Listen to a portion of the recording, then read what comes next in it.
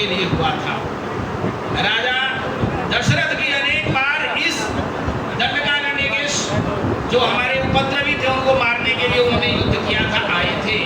और एक बहुत बड़ी लीला के तहत माता कैकेयी ने उनसे 2 वरदान मांगे। हम और आप समझते हैं ना कि उन्होंने परिवार में विद्रोह किया, नहीं। इसी दंडकारण्य में आने के लिए माता कैकेयी ने 2 वरदान सुरक्षित रख लिए थे। सहृदय भद्रजन, मैं एक और बात वाल्मीकि रामायण का आपके सामने रखना चाहता हूं जो स्पष्ट करेगा। इसीलिए शोध पीठ या शोध संस्थान की जरूरत है। क्या उद्देश्य रहा होगा कि इस धराधाम के दंडकारण्य में आने के लिए भगवान राम को अवतरित होना पड़ा।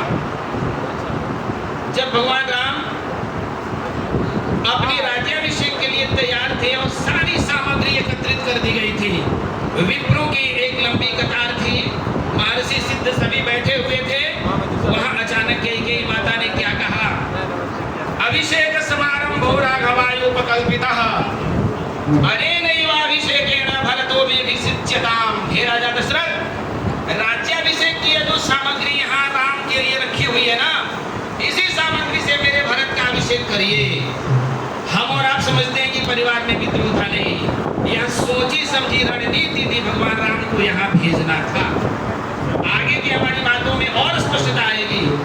इन्हीं रहस्यों को उद्घाटन करने के लिए यहाँ शोध संस्थान या शोध पीठ की जरूरत है। लक्ष्मण जब तैयार हो गए चलने के लिए, माता सुमित्रा ने बुलाया कि बेटे इधर आओ। जा तो रहे हो लेकिन ध्यान रखना, मैं एक बात बता रही हूँ। अभी हमारे आदरणीय प्रोफेसर शैलेश जी ने बहुत सुंदर बात बताई। स्थान का उसमें अर्थवाद था, स्थान का महत्व देना था। लेकिन लक्ष्मण को जो माता सुमित्रा ने उपदेश दिया, वो कहती है रामम दशरथम विद्धि। हे लक्ष्मण, श्री राम को दशरथ तुम्हें मानना है। वनवास में जा तो रहे हो लेकिन रामम दशरथम विद्धि माम विद्धि जनकात्मजाम। और सीता को समझना कि मैं तुम्हारी माता सुमित्रा जा रही। अयोध्याम अटवीं विद्धि तात गच्छ यथा सुखम। और संपूर्ण अटवी, अटवी मतलब दंडकारण्य। अब आप कहेंगे दंडकारण्य बीच में कहां से आया? तो ध्यान दीजिए, माता कैकेयी ने जब वरदान मांगा तो एक और बात कही। क्या कही? वो कहती है कि चीरा जिन धरो धीरो नव पंच च वर्षाणी। 9 और 5 14। राम को 14 वर्ष का वनवास हुआ। नव पंच च वर्षाणी दंडकारण्यमाश्रितः।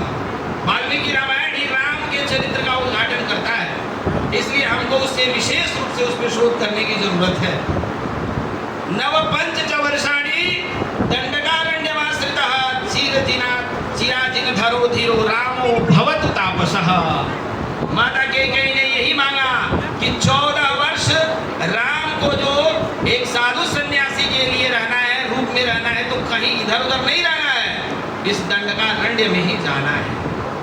और इधर सुमित्रा माता कहती हैं लक्ष्मण से कि बेटा रामम दशरथम विद्धि। मुख्य जो बिंदु है यहाँ माम विद्धि जनकात्मजाम अयोध्या वटवीं विद्धि। इस दंडकारण्य को तुम्हें अयोध्या समझना है। और यही भगवान राम आते भी हैं। हमारे साहित्यकारों ने, हमारे कवियों ने खूब कल्पनाएं की है कि राम जी 12 वर्ष तक रहे चित्रकूट। कदापि ऐसा हो ही नहीं सकता।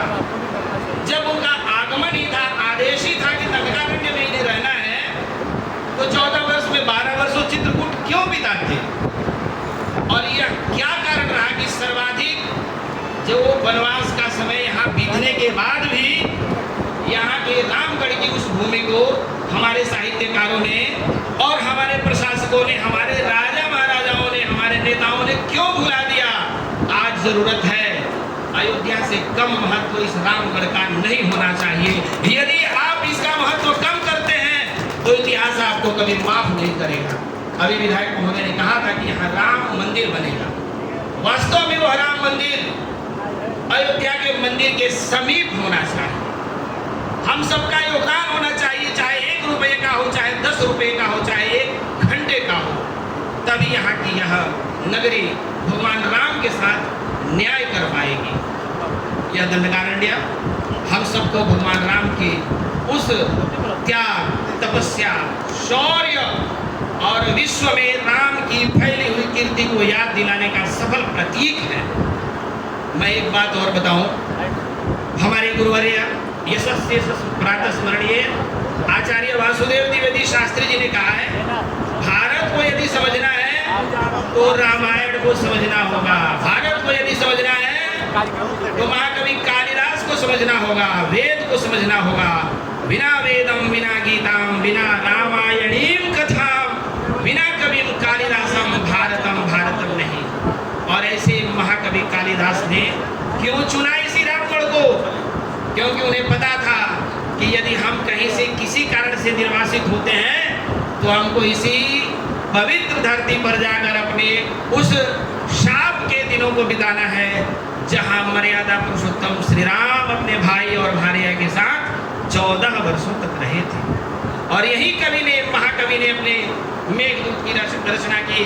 कश्चित् कांता विरह गुरुणा स्वाधिकारात् प्रवत्तः शापेनास्तंगमित महिमा वर्षभोग्येन भर्तुः यक्षश्चक्रे जनकतनया स्नान पुण्योदकेषु स्निग्धच्छाया तरुषु वसति रामगिर्याश्रमेषु। कितनी छाया है यहाँ, जहाँ बैठिए वही मन करता कि यही के हम हो जाएं, यही रह जाएं।